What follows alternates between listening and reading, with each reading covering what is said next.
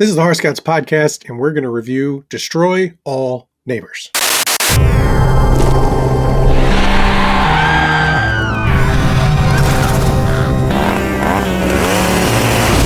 Hey everybody, welcome back to the show. This is the Horror Scouts podcast. My name is Mike, and I am joined by Brian. Hello. And Nick.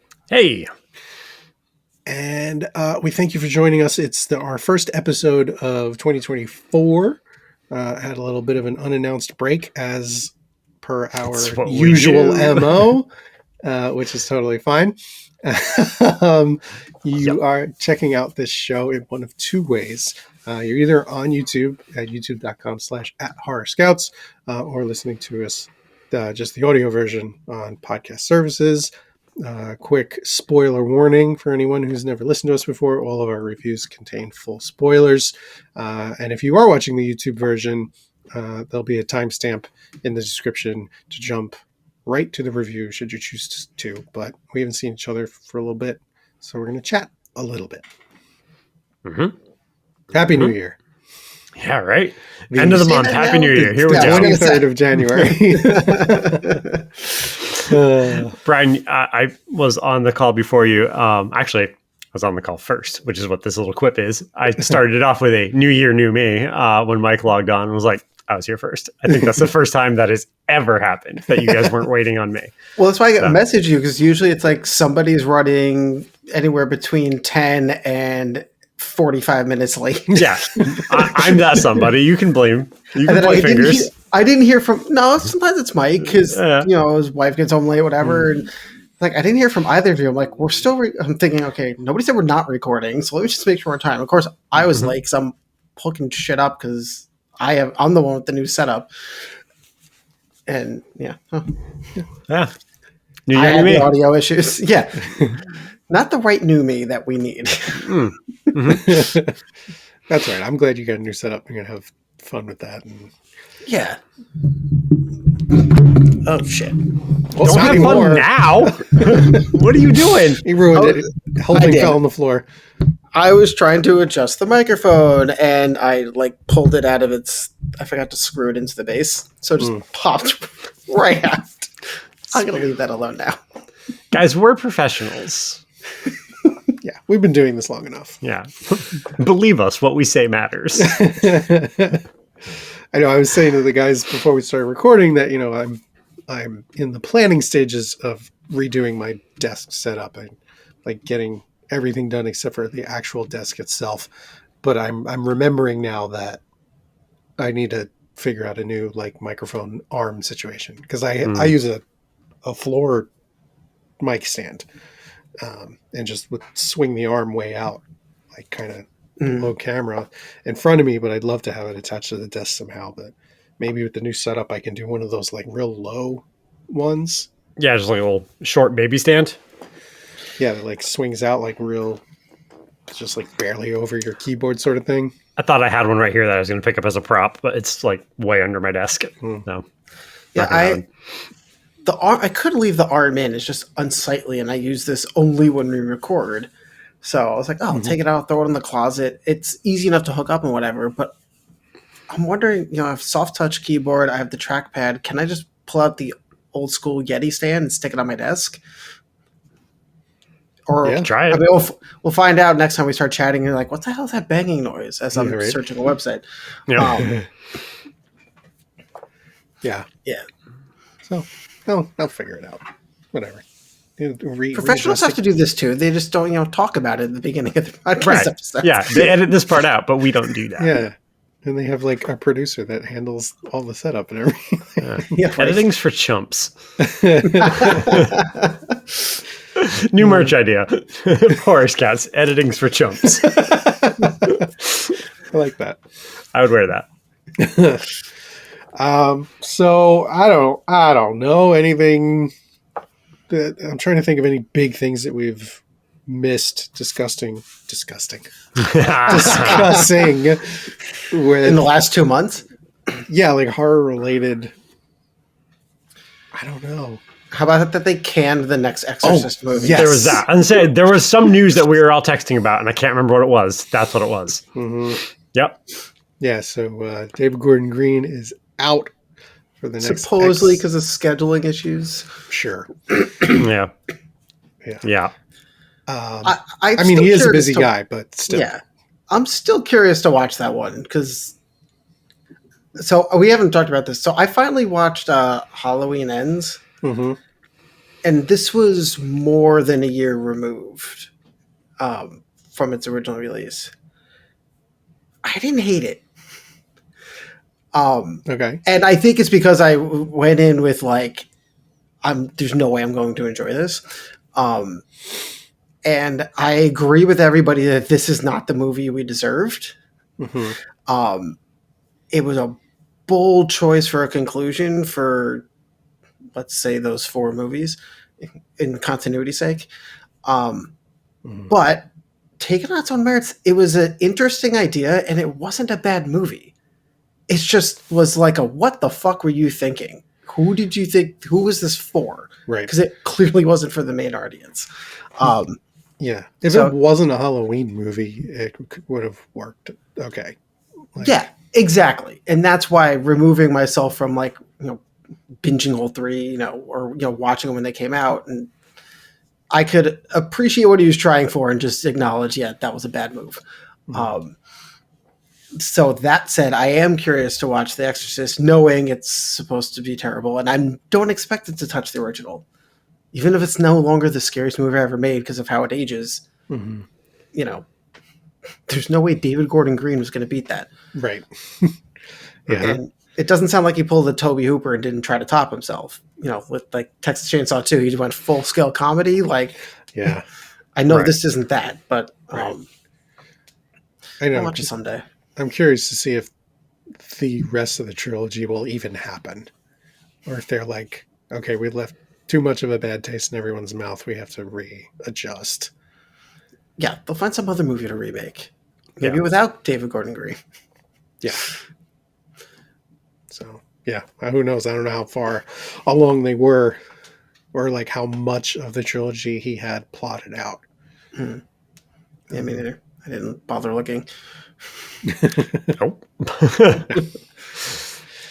I'm trying to think if I've watched any. Oh, this not really. I've been more in TV mode over here at this house. We watched the latest season of Fargo, Hmm. um, so I haven't Yep. been watching too many movies. I've watched a lot of movies as I go to my letterbox. I don't think I've watched many new movies. It's a lot of 70s movies, Hmm. some 80s movies, nothing recent. Yeah, I want to Yeah, check picture I have here real or at quick. least nothing recent in the horror realm, that is. Yeah, I've got nothing on my. So last year was the first year I did this. For all of 2023, I kept track of every movie, TV show, and game that I slash my wife and I consumed that was new to us. Didn't have to be new last year, but new to us. Mhm. And just to have something to do New Year's Eve, because we're the stay at home and go, oh shit, it's almost midnight sort of people. Hmm. So I kept that list all year, and then I typed it all out, printed it out, and cut it up into little pieces of paper, and gave us our own lists because some things, especially because of this show, I had few extra movies on my list that she didn't watch. And there's some, I'm sure Hallmark Christmas movies on her list that I didn't watch. Yeah. um, Hmm. so, and then we're at the coffee table, like shuffling stuff around and trying to figure stuff out. But yeah, nothing horror made it onto my top 5 last year. Um, it was 3 of my top 5 were animated actually, but um, so it's not horror related. But my number one movie, if you haven't seen it, Nimona, the That animated was good. film, was so good. That was very good. Never heard of that.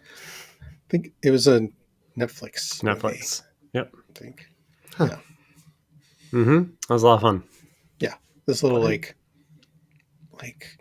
it was like what futuristic medieval kind of like whatever, but it's like this little like punk rock girl who's a shapeshifter, and it's kind of like this buddy hero story. Yeah, like unlikely team up sort of thing. Yeah, It was fun. yeah, very cool. I'll have to add that to my ever-growing watch list. Mm-hmm. Yeah. Horror related, only adjacently. Brian and I hung out last weekend. And we finally played the Thing board game. Nice. The Thing, Escape from Outpost 31. Right. Sorry, there's multiple The Thing board games. Yes. The one that was originally put out by Amando, that we've been hanging on to forever. I swear I pulled out the rule book like 10 times. I'm like, wow, this is daunting and thick, and then put it away. But this weekend was frigid fucking cold here. So we decided it'd be a great weekend to stay inside and play a game that's cold themed. So we had the time to digest the rules and watch a couple playthrough videos and make heads or tails of it. And honestly, once you start going, it's very straightforward. Oh, nice. It's like real easy to grasp once you get through like one round. But a lot of fun. Just a survival, who's the bad guy sort of thing. Yeah. One person is working against everybody else, trying to kill everybody while everybody else is trying to find the thing and escape. It's fun. Yeah, because you told me you guys played it, and then I was thinking about it, and so my question is, obviously one or multiple people, I guess, could become the Thing. Mm-hmm. So does that pretty much mean you have to learn 2 sets of rules ahead of time, and just in case you become it? No. They did it really well. Unlike was that the Betrayal at the House on the Hill, where it's like halfway through an otherwise co-op game, something bad happens, and then one of the people becomes a bad guy with a completely separate rule book. But there's also like 35 different scenarios of bad guy. So like basically you get to a spot in the game where you have to pause, and then everybody has to go into a separate room and like pass books around and study what the case is going to be to like make a plan and move forward. This is very much so like the deck of cards has sabotage cards and like consequence things dealt into it. And when you all play your cards, everything is played face down. It gets all shuffled up, and then whoever is in charge of that round picks up and looks at the cards, and there may or may not be a sabotage card. You could play it to yourself if you want to throw people off. But so you don't know who the bad guy is. And then as the game progresses, there's a couple spots where you do basically their version of the blood test thing. And it's the game's version of giving an opportunity to infect another person. Yeah. So in a 4-player game, the most there can be is 2 infected characters. Cool. In all 3 times that we played, I think no other person ever got infected, because the odds are only like 1 in 8 that somebody does. And 2 of the 3 games, the person who was infected got the other infection card. Yep. Oh, okay. And you can't be double infected. So, but they play it like in the movie, like you take turns of who's in charge. And then when you're in charge, you can not like a guess who, but you can ask questions, because it's supposed to be co-op, to try to see if you can weed out who you think it is. And if you have a rope, you can tie him up and leave him in the rec room and go out and do your business. And it's fun. We'll bring it when we all hang out in May and have a large like 8-player group game of it. Would be a lot of fun. It's gonna be chaos. So yeah, it will be chaos. Cool. Very cool. So that's kind of horror related. And then naturally, obviously, we watched The Thing when we were done playing the game, because how could you not? Right. Yeah. So nice. It's been like maybe a whole year since we've watched it. So yeah. It's been probably about that. It's one of like 2 horror movies I go back and ever rewatch. So Nice. Cool. All right. So what do you say we jump into our review? Let's do it. Cool. All right. As we mentioned earlier, we checked out the film Destroy All Neighbors. Just give a little bit of info before we give our thoughts. This one was written by Mike Benner, Jared Logan, and Charles A. Piper, I suppose. Directed by Josh Forbes. And I looked him up, and he's got a lot of prior music video direction. Oh, okay. And our cast includes Jonah Ray as our main character, Will. We got Kieran Diol as Emily, the girlfriend. Alex Winter as Vlad, the neighbor. Christian Calloway as Augie, Randy Heller as Eleanor, the building manager, Demore Brown as Philip, and we also have some appearances by Thomas Lennon and Kumail Nanjiani. And the synopsis for this one is: William Brown, a neurotic, self-absorbed musician determined to finish his prog rock magnum opus, faces a creative roadblock in the form of a noisy and grotesque neighbor named Vlad. Finally working up the nerve to demand that Vlad keep it down, William inadvertently kills him. But while attempting to cover up one murder, William's accidental reign of terror causes victims to pile up and become undead corpses who torment and create more bloody detours on his road to prog rock Valhalla.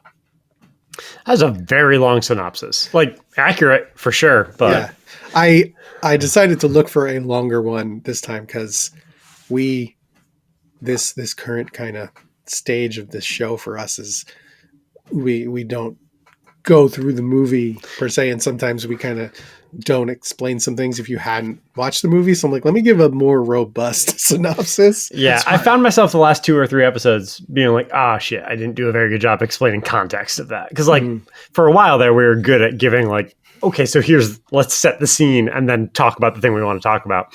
And we've definitely all been forgetting to do that recently. So Good catch. Thanks. So first order of business, just an overall feeling of the film for everyone. Yay, nay, or just okay? Just okay. Yeah, it's okay. Yeah, I'm okay. It's down the middle for this one. Yep. So I guess the first thing to say about this one is it's definitely more comedy than horror for sure. Mm-hmm. The horror just comes at pretty much as just the visuals and how much blood and grossness is involved. There really isn't anything scary about this one. But I saw the trailer and I was like, I'm going to suggest this one. We'll see what happens. And these two took the bait. And it was Jonah Ray. And I used to listen to Nerdist way back in the day. Yeah. I didn't even recognize him. And I was like, okay, yeah. And then knowing that Alex Winter was going to be Vlad, and then you even see in the trailer and in the movie, I was reminded, that he also is real quick plays the role of Will's lawyer as well, just like as himself. But I didn't put that together. Yeah, yeah, it was real quick. So yeah, this is just the gonzo, practical effects. Throw logic out the fucking window. Yeah. Well, yeah. It's just like, I mean, and I feel like it makes sense. Jonah's coming from a place of like, he's the current host of Mystery Science Theater 3000. And so I wasn't too surprised when I saw him tied to this. I kind of just assumed, I was like, oh, he's probably one of the writers or something, and he wasn't. Yeah. So yeah, just an actor, which is interesting. I kind of would have figured. I mean, his background is in the more writing side and producing side of MSC3K and whatever else. I kind of figured he'd have more than just like actor credit, right? But yeah. But yeah, I don't know. It kind of gave me. Speaking of just the trailer and wanting to watch it, it just gave me vibes of like early. The Lord of the Rings, Peter Jackson, or just those crazy zany horror movies for the sake of let's just have some fun with this. And that's pretty much all it was. I mean, it definitely felt like a low budget group of friends making a movie sort of vibe, but with a little bit of budget because they're a famous group of friends making a movie, at least the actors tied to it. Yeah, I guess I should have tried watching it more in that, brain dead kind of, or dead alive kind of frame of mind, because some of it was just like annoying.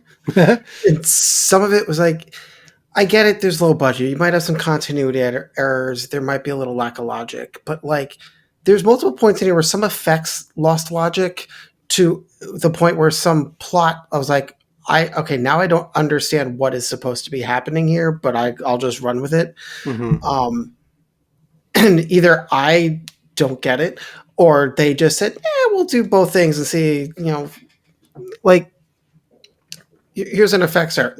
One of the first gags after they're fighting, William's fighting Vlad in his apartment, and Vlad falls on the pipe from his weightlifting contraption, right? And then blood starts pumping out of the pipe. Yeah. Mm-hmm. That's not a thing. No, but it's very funny. It's very funny. Buddy, you were in the wrong mindset when you watched this movie. That was great. I'm like, no, that's... If that's what you're nitpicking, you need to go rewatch that and we need to try again because that was fucking great. I mean, he's trying to scoop it back in the pipe. That's hilarious. That I didn't even pick that up because I'm like, it should be coming out of the pipe. Like, that doesn't make any sense. He was like pushing it back in. That's very funny. Watching that scene, earlier in the scene, on the rack on the back wall, there was like this metal nunchucks or something that was hanging on the little rack. Mm-hmm. And during the fight, they fell off. And then as they're switching camera angles at the bench a minute later, they keep appearing and disappearing on the wall. I'm like, clearly you shot this out of sequence and then reshot this and nobody decided to pay attention to this because I'm like, It's there, it's gone. It's there, it's gone. Like, a lot of movies, especially 80s movies, are notorious for doing that, but that was one of two of them that was just like, stood out to me as like, try a little bit more? I don't know. It was a 1-2 punch with that and the pipe thing. Like, yeah, it's silly, but also like, I have really bad news for you. When your head gets cut off, it doesn't keep talking either. Yeah, well, I know that's hard to believe, but well, I added supernatural element, obviously, or is it in his head or whatever, which was my main plot issue. All right, I get the plot is light. Mm-hmm. It's light on plot, fine. The whole time you're kind of wondering, is he killing these people or are these demons in his head? Or does he kill them? They become demons in his head? Whatever. Fine. I can accept that. But then they get to, after the lawyer scene, or during the scene with the lawyer, they explain, which I thought this was funny, that the pigs pretty much ate everything at the crime scene, so there's no evidence. Mm-hmm. Okay. So if all the bodies are gone, then that means they should be the demons in his head now. But then come to the music studio and they're unalive and literally kicking. Mm-hmm. So is this a Fight Club scenario? Like, or that's the only logic's not even the right word here. That's the only possible option is either he's doing this all and it is all in his head and we're now in Fight Club mode. But then who's the fucking band? He's everyone in the band? Yeah. And at the mixing board? Yeah. No. Yeah, for sure. I'm calling this bad writing. I'm calling it a Fight Club scenario. For sure. But they didn't even hint at that. There was no sense of them hinting that. Yeah, I know that's the problem. You have to give a little something. They're the demons in his head, man. Yeah, I don't know. There was never a moment in which I thought a severed head was following him around. Like, no, obviously he's seeing that. He's talking to himself. He's going crazy. Like, that's the whole thing is he's a little bit neurotic and going crazy by this. Like, yeah, that's what I wanted to believe, but they didn't give me enough to believe that. I was believe like, oh, so this is all just crazy mystical bullshit, and like they're coming back to life, and there's like, the lower half of the the small intestine is doing crazy shit. Like, I accepted that as the reality of this movie because nobody else saw it, so it was fine. But then I had a problem with the studio scene because I need 20 more minutes to do the vocals, record every instrument, and like also be at the that's literally impossible. Yeah, but like he was 90% done with the thing already anyways. It was just like, bullshit filler. Like, you gotta let that part wash over you, just like blood pumping out of a pipe. Like, it's I just wanted a little Just more take the details as ride, the man. Fight Club scenario, because he was in multiple places at once attacking the two dudes there or whatever. Like, just Mm-hmm. a little something in there to just acknowledge this isn't really happening, because at the same time it's totally plausible in a movie like this. It is really happening, just like in Dead Alive. Mm-hmm. That Yeah. was not a Fight Club scenario. Yeah.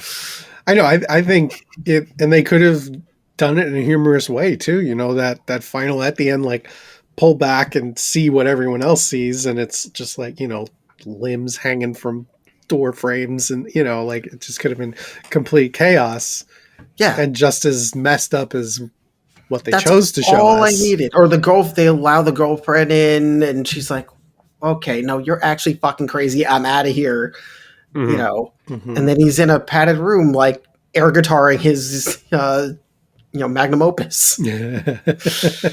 Yep. But they didn't do that, and that annoyed me.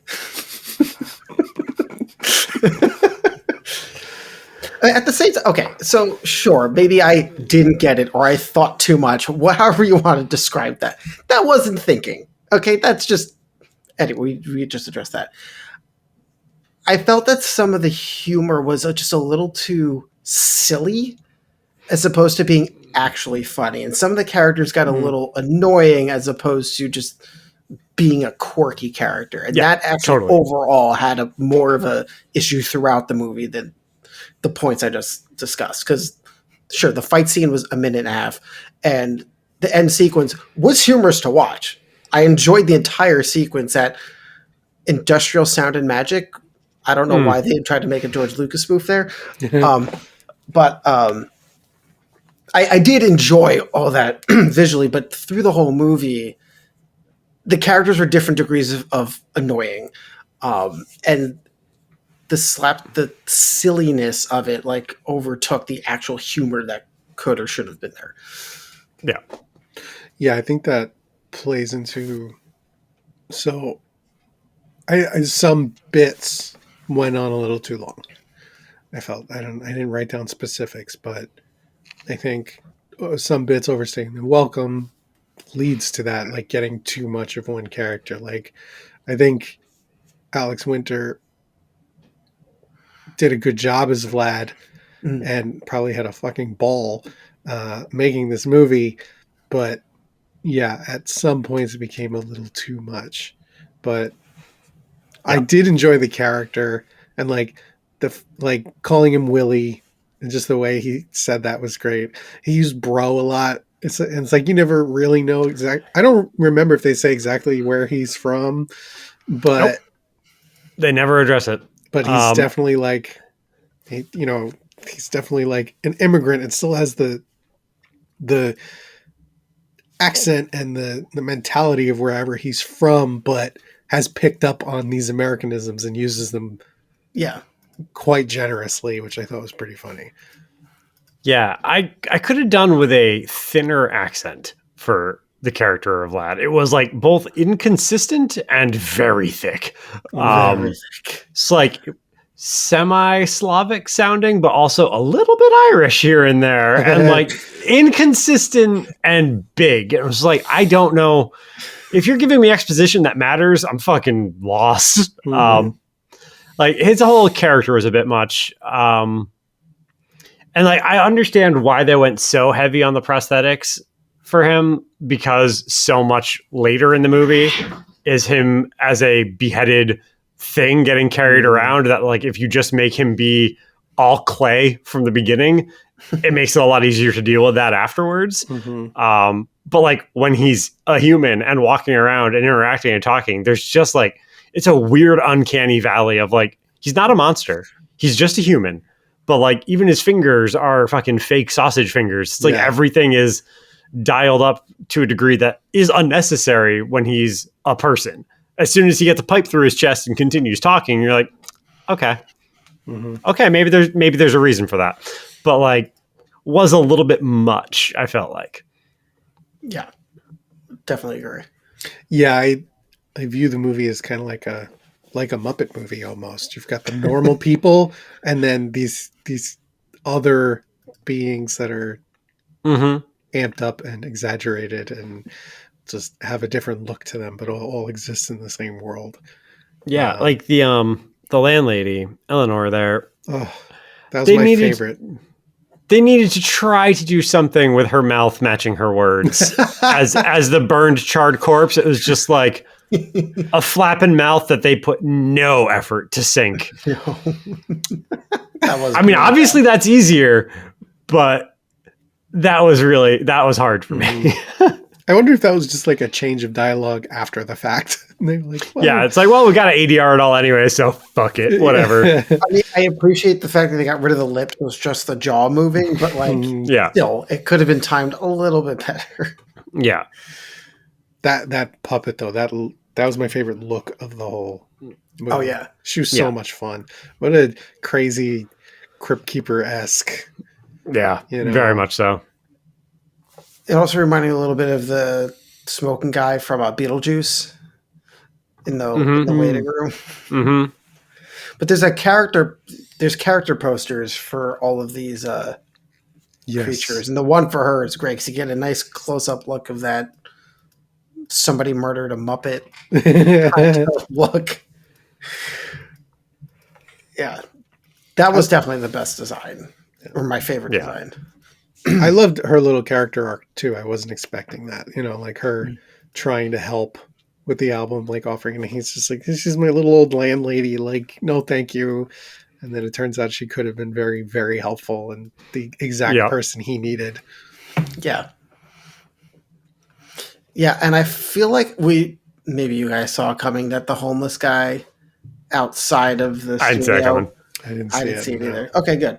So Yeah, one of the characters is a homeless guy outside the studio where William worked, and apparently brought him a croissant once, and I was croissant guy.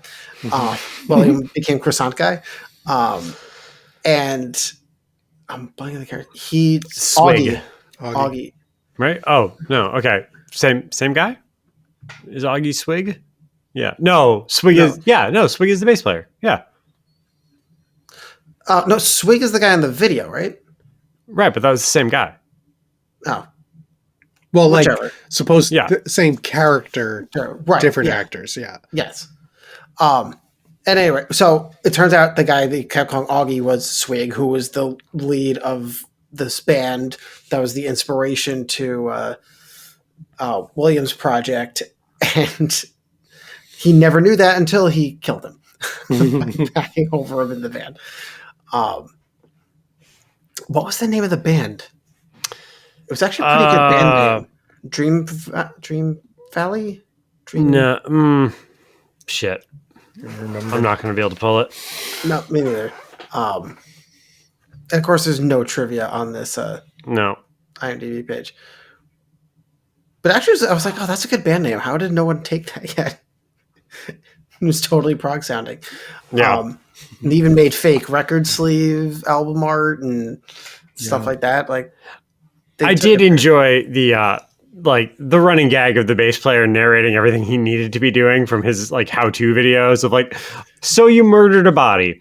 That's okay, man. It happens every time we go on tour. We tally up at least 9 of those. Here's what you got to do. And just giving him the in your head guidance of how to handle it was very funny. Yeah. Yeah, that was a good gag. And that was John Daly doing that, who is very funny. So Mhm. that worked well. Just some other funny moments I had written down.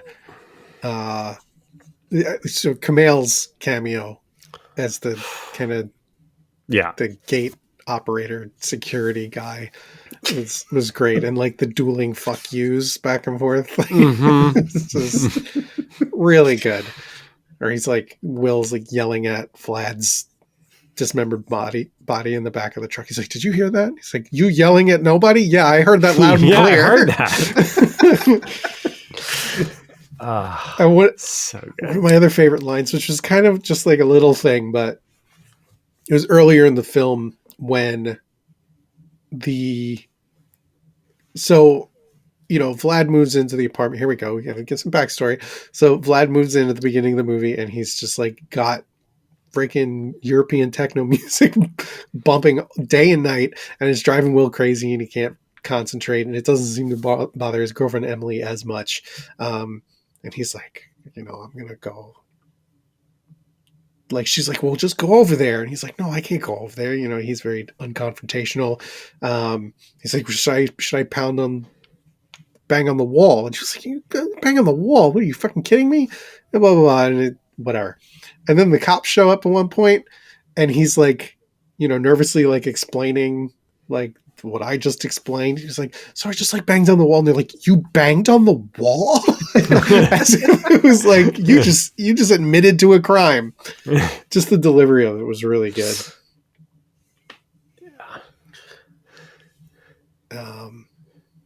Yeah. And I like the whole banging on the wall thing, that they used it with the photos falling and breaking, and I actually you got like a foreshadowing of that. Like Will has a couple of visions, and then the one of him and Emily breaking, and then they get into the fight, and Vlad like wants to fight, and he's like throwing each other around, and it falls and breaks. And I think the band was Dawn Dimension. I'm looking in the photos. I saw in the background of one of the bedroom. Feels right. Yeah. It was alliterative, so that makes sense. Not important, but I had to know. I will say my favorite part of the movie, as far as like filmmaking goes, was the editing. I think they did a very good job with the editing.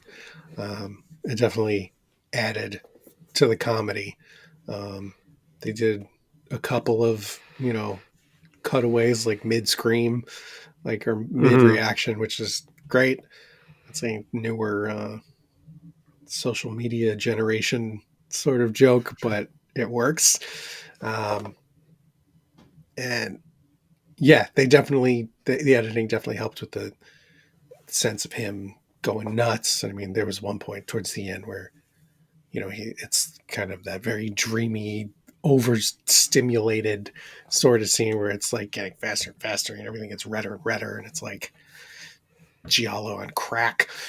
And like it almost becomes too much, but that's the point. So that the editing definitely stood out to me, and I think helped a lot with giving this goofy movie and visuals and thin plot a little bit more of a framework to stand on. Yeah, I also respect the fact that IMDb doesn't seem to have budget info, but we can assume this is a relatively lower budget movie. And we can tell they put almost all the money in the effects. But they didn't try to do more than that, which is a big problem that a lot of people that try to say, oh, we're going to spend all these money on these effects, but we still have to do all of that, and we can't pull it off. We're just going to CG it or do some stupid thing that ruins the movie. They didn't do that. So I highly respect that choice. Yeah, the only like big CG stuff was like at the very end, but it was like lightning bolts and the giant demon in the recording studio, and his ridiculous outfit change is so fucking funny. That was great. And like the big mecha Vlad with all the wires and stuff. And Yeah. But I couldn't, watching this movie, and maybe it's because I was annoyed at certain points.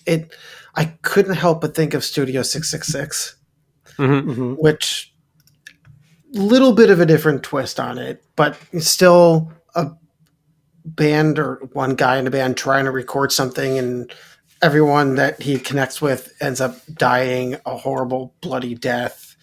So there's that, and lower budget and whatever. And Studio 666, I think, was overall a better movie, but it is not wholly fair to compare the two, apples to apples. Right. Yeah. But it's kind of hard not to if you've seen both, like to make draw some comparisons and parallels. Yep. Yeah, that's true. So was Alex Winter one of the producers of this? Like, how did he get involved? Because like that's a weird get. I mean, obviously he does goofy shit. He's fucking Bill and Ted, but he now does like documentaries on the perils of social media. And then this. And like, what? Yeah. He is listed as a producer. Okay. There's 2 others, but he is listed as one of them. I know, like I watched the trailer, like I said earlier, like thinking Jonah was more involved. Like I just had a vision of like Jonah meeting Alex during a podcast one time and them hitting it off and like rolling this idea around for years and then just finally fucking doing it. But that's kind of what I figured it was. Yeah. Like, I'm sure that's where the 2 of them met, was an early Nerdist episode. I mean, that's probably how he met fucking Kumail and the rest of those guys. But to have none of them be the writer or director of it, it's like, so they just all happen to find the script and get on board with it. It's strange. Yeah, this is a movie I wouldn't mind watching a couple interviews or behind the scenes documentary on. See, like, where the fuck did this come from? Yeah, where did this cast come from? Because like Tom Lennon is pretty good for like the upper crust of comedic smaller actors that just kind of show up in hilarious things. John Daly's no slouch. Fucking Jonah Ray is in that world, but not the same level of them. And then Alex Winter, and then Kumail, who is legit movie star now. Yeah. So like, just a weird balance of like some bigger names showing up in a very otherwise low budget, more indie movie. Right. Yeah, He actually did get interviewed by Rue Morgue, Alex Winter. oh, cool. I haven't read it, but as we were talking about this, I just remembered it. It just happened. They just posted it yesterday, actually. Yesterday, the January 22nd. So something we can read up on after the fact. And all you fans can go over to ruemorgue.com, and it should be close to the top of their news blog. Nice. I don't really have any other notes for this one. No. Yeah. I mean, it's pretty straightforward bit of ridiculousness. So And I will say, William's character, I think, is someone that's easily relatable to a lot of people, but I feel like that gets lost in the antics. And it kind of, I didn't even really think about it till the title of this interview article says Alex Winter is back under prosthetics and exploring real life anxieties in Destroy All Neighbors. And it's like, oh yeah, I mean, we can all relate to certain parts of William's life as we watch in the movie, but there's not enough time to like let that soak in because it's just feeding the next plot point.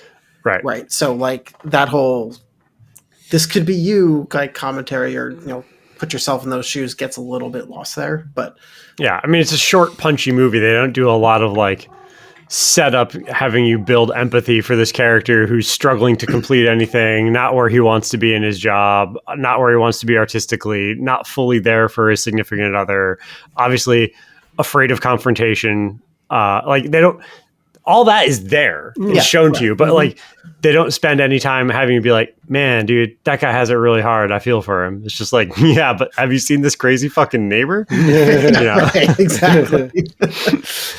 Yeah, I feel like the biggest one of those things that they hit on is the whole unable to finish or the fear of finishing something. Right. Yeah. You True. know, because like the whole relationship with Emily is what drives that forward, and she's like pointing it out to him and like, dude, Yeah. So when is done. right. So I've had the soundtrack on as we record, which I try to do when we're recording, just to have something. This the soundtrack's over. It's like an hour and 8 minutes long, but it also has like the video clips in there. That's once was it Sick Lick or Oh yeah, whatever. the stuff with Swig, yeah. Yeah, it has that in there. But like one thing I would have loved to see them do is have the song, the finished 12 or 15, 20 minute epic, whatever the hell it is. Just hire some indie prog band do like, here's the pieces we made for the movie, turn this into a song. Yeah. Yeah. So Yeah. That would have been great. yeah, that would have been really fun. But Alas.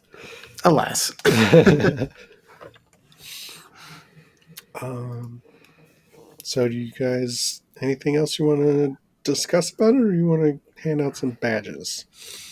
I think we can do badges. yeah. Okay, Yeah. cool. Yeah. So Now we play that game where I find the badges. There they are. So if you're new around here, we hand out merit badges for things we thought a film did well. I'll go first because I pointed it out very specifically. Editing. Mm-hmm. I'll take the other low-hanging fruit of practical effects. Mm-hmm. I laughed a fair amount. I'm giving this humor. Yeah, That's I did fair. too. Okay. Those were the three I had. Yep. Yeah. Yep. Likewise. Yep. Okay, cool. Easy enough. Easy. No debating. Perfect. All right, so Destroy All Neighbors is going to get merit badges for editing, practical effects, and humor. Just in the nick of time because I'm Oh, starting you to almost yawn. made it. Dang. All right. Well, it's good to be back for the new year. Sorry if anybody out there missed us. It's just our MO. We like disappear for a little bit and then out of nowhere come back. Keep you on your toes. Jump scare you a little Yeah, bit. exactly. There you go. We're a horror It's all podcast. part That's of what the we do. plan. So again, thanks for hanging out. If you're watching on YouTube, like, subscribe, leave a comment if you saw this movie. We'd love to chat with you guys. We're over on Instagram at @horror_scouts. It's pretty much just an image every time we're going to be releasing something, so you know when it's out and what it's for, what review it's for, and also we have a Discord, so the invite link will be in the description. That'll do it. We'll see everybody next time. Bye.